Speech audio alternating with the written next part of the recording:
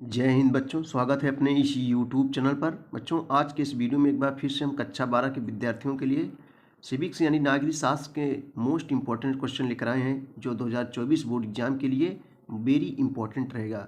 बच्चों, यह जो है NCERT रहेगा और सभी बोर्ड के स्टूडेंट्स के लिए इम्पॉर्टेंट है और साथ में यूपी बोर्ड के लिए भी, यानी NCERT जहाँ जहाँ लगती है वहाँ के लिए वेरी इंपॉर्टेंट रहेगा।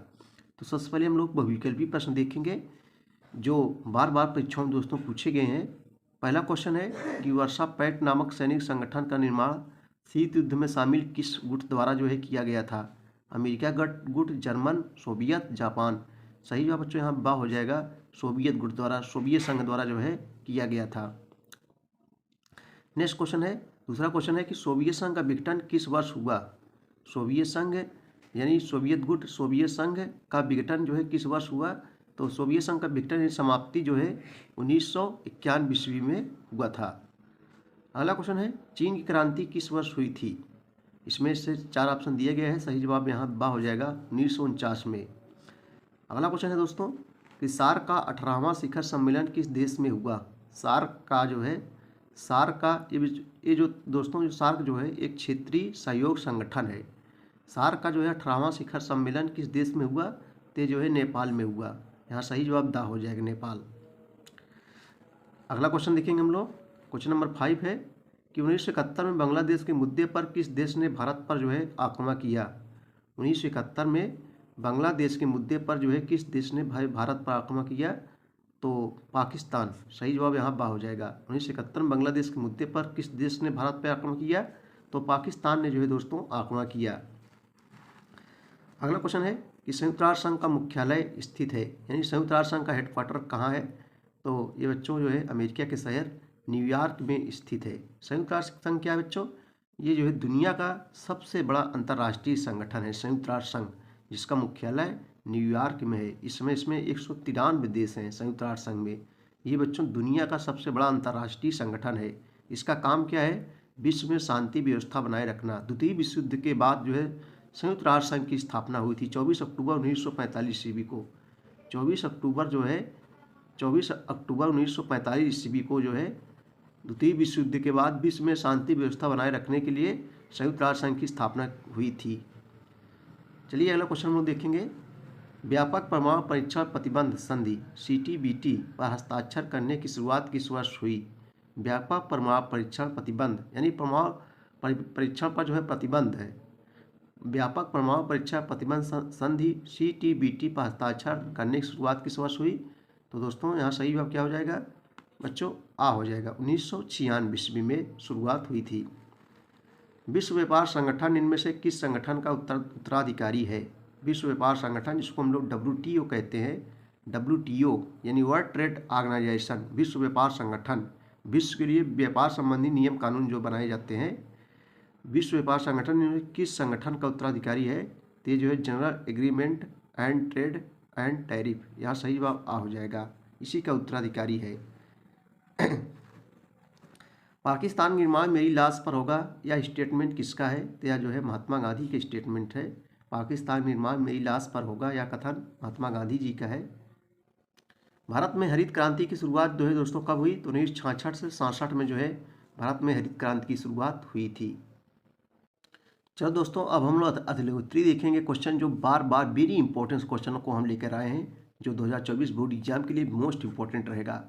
तो अतिलघुत्री प्रश्न है, पहला क्वेश्चन है कि सोवियत अर्थव्यवस्था तथा पूंजीवादी अर्थव्यवस्था के बीच किसी एक प्रमुख अंतर को जो है उजागर कीजिए। दोस्तों बोर्ड में आपको इस प्रकार से राइटिंग से लिखेंगे तो आपको अच्छा नंबर जो है मिलेगा। तो चलिए इसका उत्तर हम लोग देखेंगे। देखो, सोवियत अर्थव्यवस्था उत्पादन तथा वितरण के साधनों पर राज्य का नियंत्रण स्थापित करना चाहती थी, जबकि बच्चों पूंजीवादी अर्थव्यवस्था जो है खुली प्रतिस्पर्धा और बाजार मूलक अर्थव्यवस्था में विश्वास रखती है।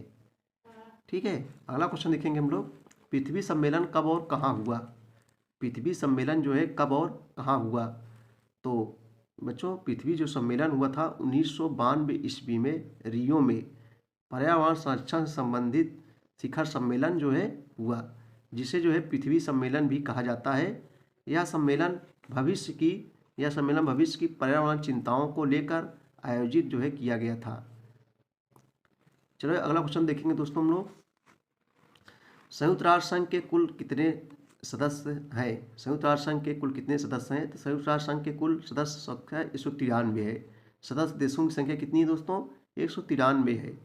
इस समय वर्तमान में 193 सदस्य देश हैं संयुक्त राष्ट्र संघ में। अगला क्वेश्चन है कि दूसरी दुनिया के नाम से किसे जाना जाता है? दूसरी दुनिया के नाम से जो है किसे जाना जाता है? आइए इसका उत्तर देखेंगे। तो बच्चों, दूसरी दुनिया के देशों में उन देशों को शामिल किया जाता है जो शीत युद्ध के दौरान सोवियत संघ के नेतृत्व वाले खेमे में शामिल थे। ऐसे ऐसे जो है बल्गारिया आदि देश शामिल थे। ये क्वेश्चन हम दोस्तों फिर से देख लेते हैं। दूसरी दुनिया के नाम से किसे जाना जाता है? तो दूसरी दुनिया के देशों में उन देशों को शामिल किया जाता है जो शीत युद्ध के दौरान सोवियत संघ के नेतृत्व वाले खेमे में शामिल थे। ऐसे देशों में दोस्तों जैसे सोवियत संघ हो गया, पूर्वी जर्मनी हो गया, पोलैंड हो गया, रोमानिया हो गया, हंगरी हो गया, बुल्गारिया आदि देश जो है शामिल थे दोस्तों। बल्गारिया आदि देश शामिल थे। अगला क्वेश्चन है कि भारत में आपातकाल की घोषणा कब की गई थी? आपातकाल की घोषणा कब की गई थी? तो भारत में आपातकाल की घोषणा 25 जून 1975 ईस्वी को जो है की गई थी। कब की गई थी? 25 जून 1975 ईस्वी को की गई थी। भारतीय विदेश नीति के किन्हीं दो सिद्धांतों का उल्लेख कीजिए। अगला क्वेश्चन है कि भारतीय विदेश नीति के किन्हीं दो सिद्धांतों का उल्लेख कीजिए।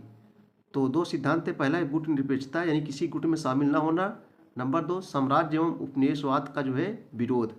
भारतीय विदेश नीति के दो सिद्धांत कौन कौन से दोस्तों? गुट निरपेक्षता और साम्राज्य एवं उपनिवेशवाद का जो है विरोध। अगला क्वेश्चन है कि 1977 के चुनाव के बाद भारत का प्रधानमंत्री कौन बना? 1977 के चुनाव के बाद भारत का प्रधानमंत्री कौन बना? तो 1977 के चुनाव के बाद दोस्तों मोरारजी देसाई जो है भारत के प्रधानमंत्री बने। कौन बने? मोरारजी देसाई। अगला क्वेश्चन क्या है कि विश्व व्यापार संगठन यानी WTO क्या है दोस्तों? विश्व व्यापार संगठन WTO क्या है?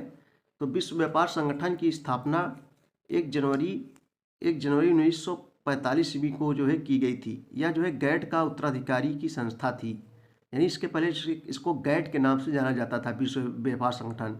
इसका मुख्यालय दोस्तों कहाँ है? जेनेवा में है। जेनेवा कहाँ है? स्विट्जरलैंड में। विश्व व्यापार संगठन की स्थापना जनवरी 1945 ईस्वी को की गई थी। 1 जनवरी 1945 को की गई थी। यह गैट का उत्तराधिकारी की संस्था थी। यह जो है अंतर्राष्ट्रीय व्यापार के नियम निर्धारित करता है।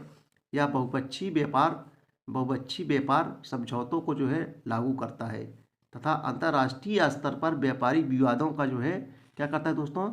समाधान करता है। चलो बच्चों अगला क्वेश्चन देखेंगे जो लघुत्तरीय प्रश्न है। भू राजनीति से क्या अभिप्राय है? अगला क्वेश्चन देखेंगे हम लोग। वेरी इंपॉर्टेंट है क्वेश्चन। भू राजनीति से क्या अभिप्राय है?